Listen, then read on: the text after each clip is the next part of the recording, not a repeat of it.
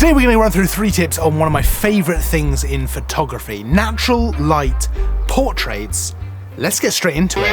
It's Tutorial Tuesday.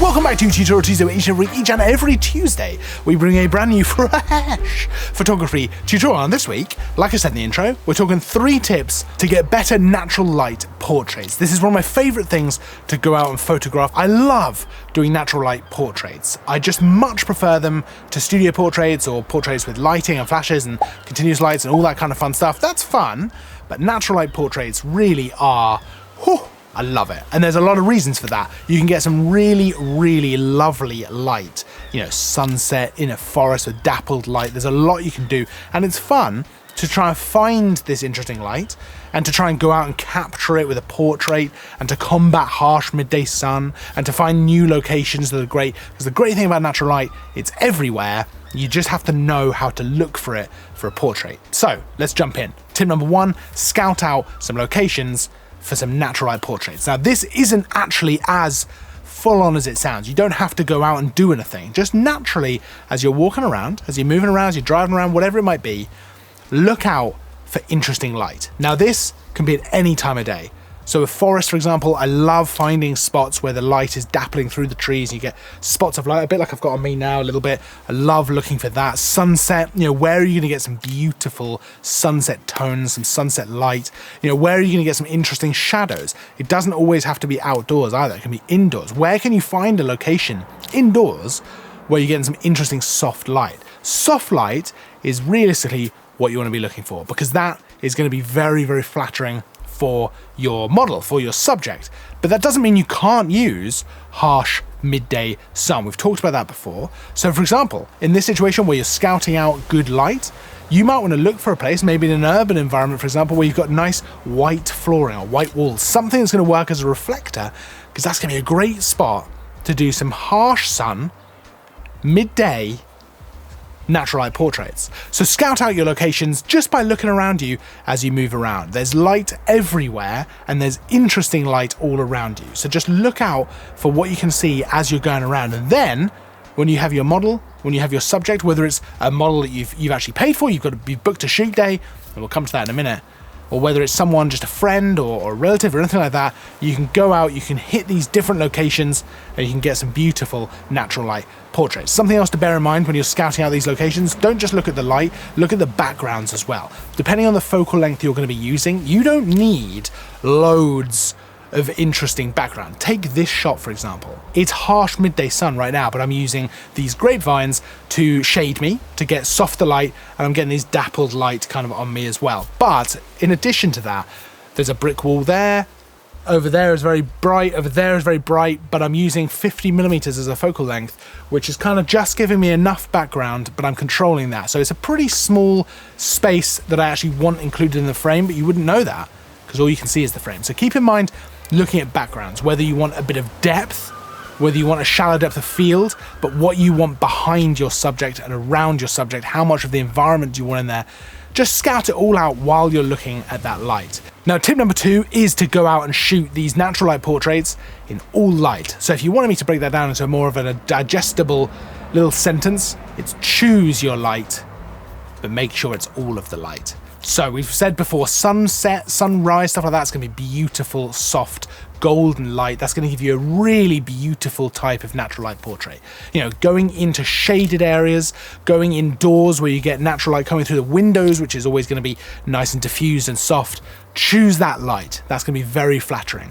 You also might want to choose your light based on your subject. So for example, when I go out and take photos of Matilda, I'm looking for a specific type of light, a flattering, soft, pretty light, right? So we might go to the forest, get this dappled light. We might go out and about and get some shaded light, but we are looking for nice, kind of beautiful light. When I'm getting portraits taken of me, and I'll generally either set the camera up myself or I'll get Matilda to take photos of me, I will look for a different type of light. Maybe it'll be a little bit more of a moody light. I don't necessarily fit the kind of pretty mold. Not so much. So I go for a moodier kind of light, a more dramatic maybe. So it might be harsh shadows, it might be a soft overcast day, and I'm looking for spots where I'm probably going to be in shade and I can probably desaturate it and all that kind of stuff. Try and fit your light to your subject. Now, of course, you can't control the light. That's one of the big things about natural light photography like this.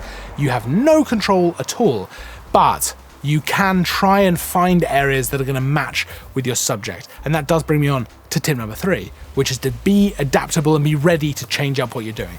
Like I say, you have no control over the natural light, but if you've booked a shoot day with a model or you're going out with a subject and suddenly the light isn't quite as you'd seen before, you need to be ready to change up what you're doing. Now, I've done this before. I've actually booked a model for the day, gone out, and it was completely overcast.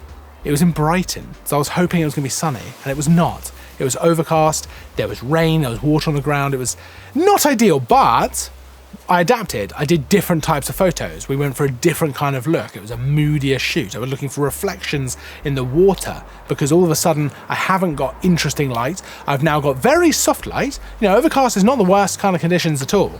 You know, it's basically a massive softbox in the sky.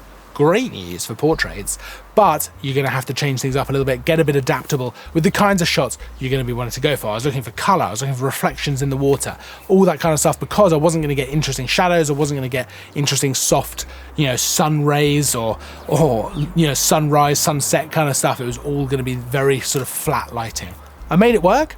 I'm very happy that I did, and actually the shoot was, I would say, a success, but that's because you have to be adaptable. Similarly, if you go up to shoot maybe somewhere when it's sunrise or sunset, you need to be ready to move quickly, to adapt to the changing light, because that can change very fast. You know, as the sun is setting, you might have slightly bolder shadows, slightly harsher shadows, but it can still look really nice. And once the sun goes down a certain amount, you're gonna have very soft golden light. It looks beautiful for portraits, very, very flattering, and a really nice way to take photos. But you need to be adaptable as that light is changing fast, so you need to be on your toes. Now, the best way to do this is pick the kind of focal length you want to go with before you go out and shoot. For me, if I'm going to try and be adaptable like that, I might use a zoom lens, a 24-70, a 70-200. I can still get some nice shallow depth of field, but I can be way more adaptable with backgrounds, with stuff like that, with a zoom lens. 70-200 in particular, I really like it for that kind of thing. But otherwise, I might use a 50mm. That's a great all-rounder. I can move closer for a more intimate portrait, or pull further back for a more environmental portrait. Or if I'm really feeling like I want to get a very specific type of portrait, I'm going to go 85mm. That's going to allow me to get, you know, a nice close-up portrait. I can pull back, of course, as well, but it's going to really separate the subject and the background, really tell me more about who this subject is rather than where they are. I can get some beautiful light, and I can get some really lovely portraits. So kind of setting all of that in your head before you go out to take the photos really helps in being prepared and then being able to adapt as you go. Now, those are just 3 quick tips for taking better natural light portraits, but if you have any tips of your own, I'd love to hear them down in the comments. Absolutely, I love reading all your comments, and a lot of you have really insightful tips for this kind of stuff as well, so absolutely pop your stuff down there. Of course, there's links to all of the equipment used for photos, for videos, for all this sort of stuff down in the description as well. Don't forget to like and subscribe if you enjoyed the video, because there's new content all the time, every week. Tutorials, reviews, all kinds of stuff. I'll see you in the next video. But until then, as always, thanks for watching.